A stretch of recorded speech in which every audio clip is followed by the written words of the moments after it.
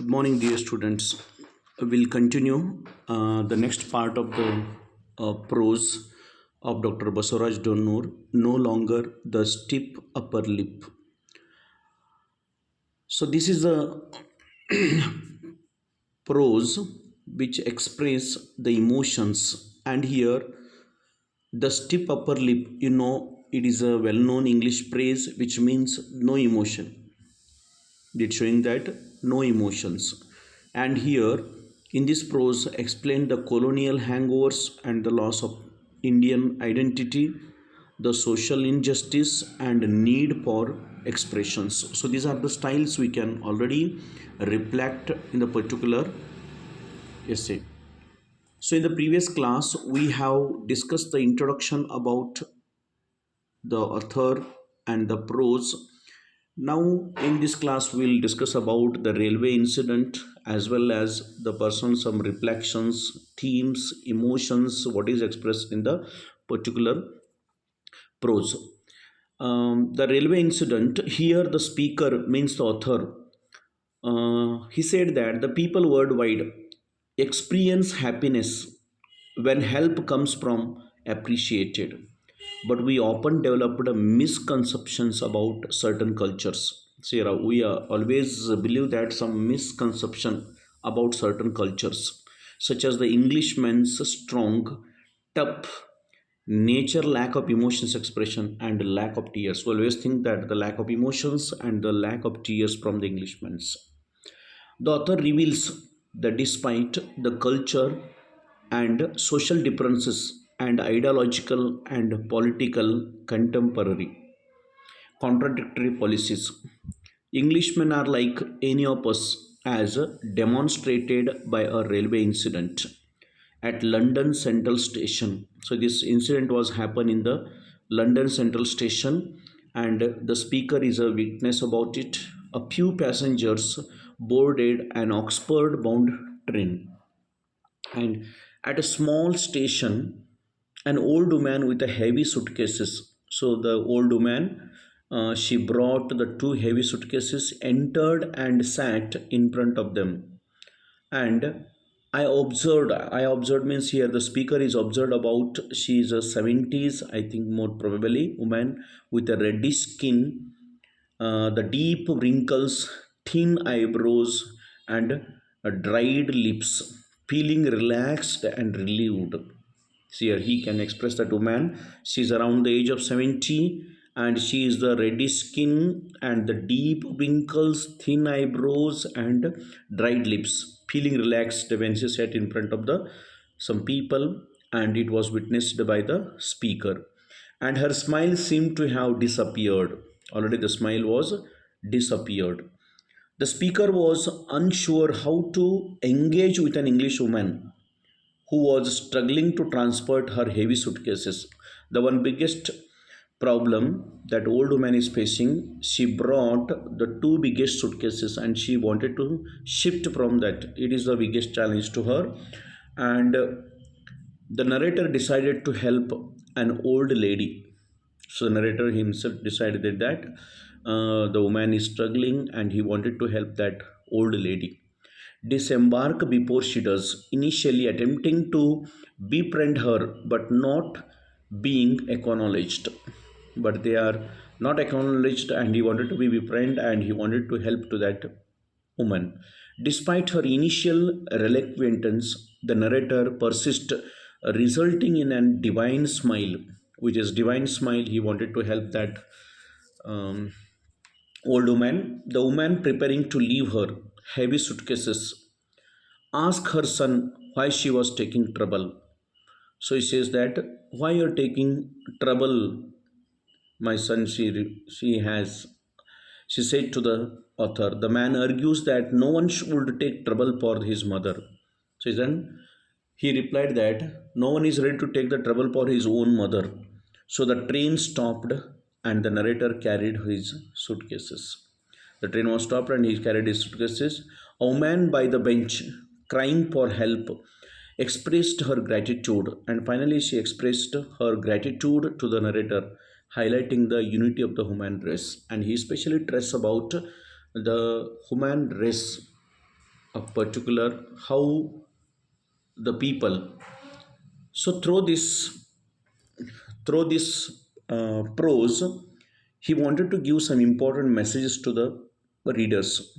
Don't be ashamed of your language, culture, or a skin color.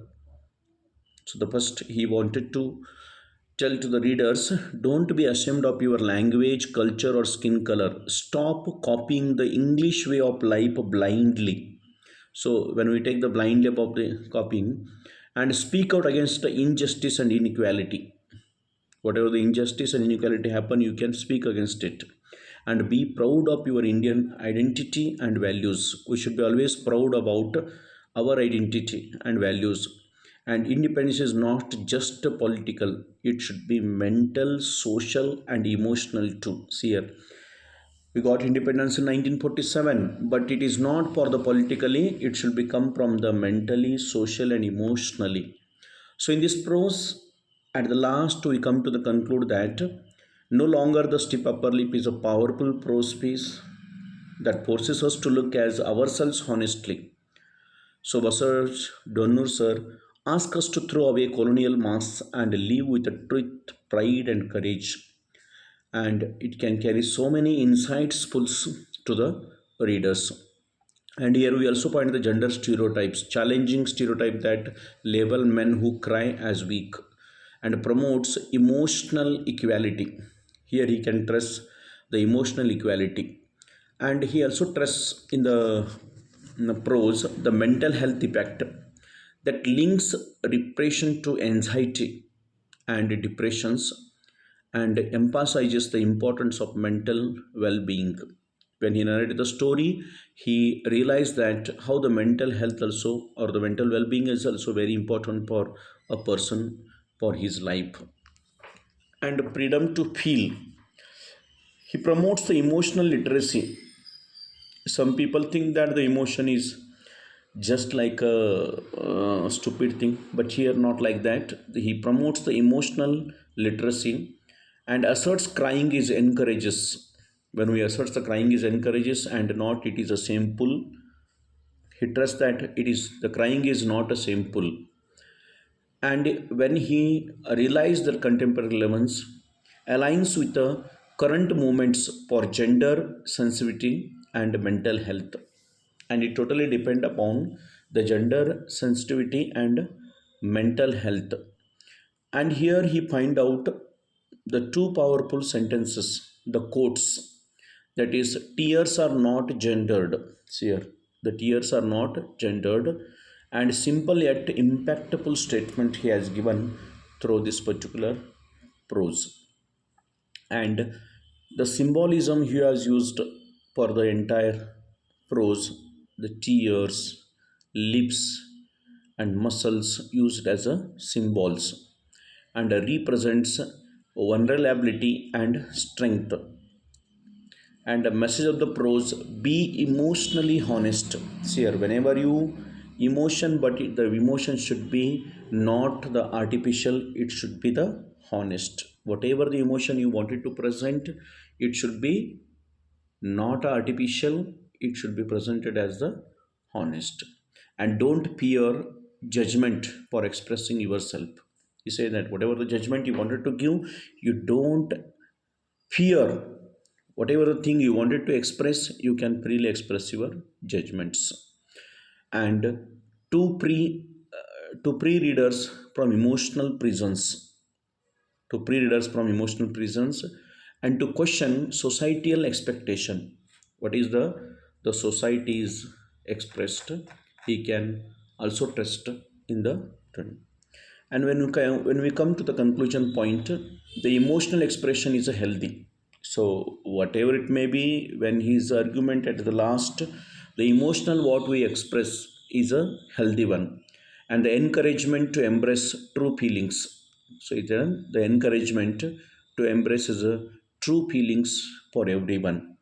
For the better understandings, I will ask some questions related to this chapter, and I think the students are ready to express their answers. So, who is author of No Longer the Stiff Upper Lip?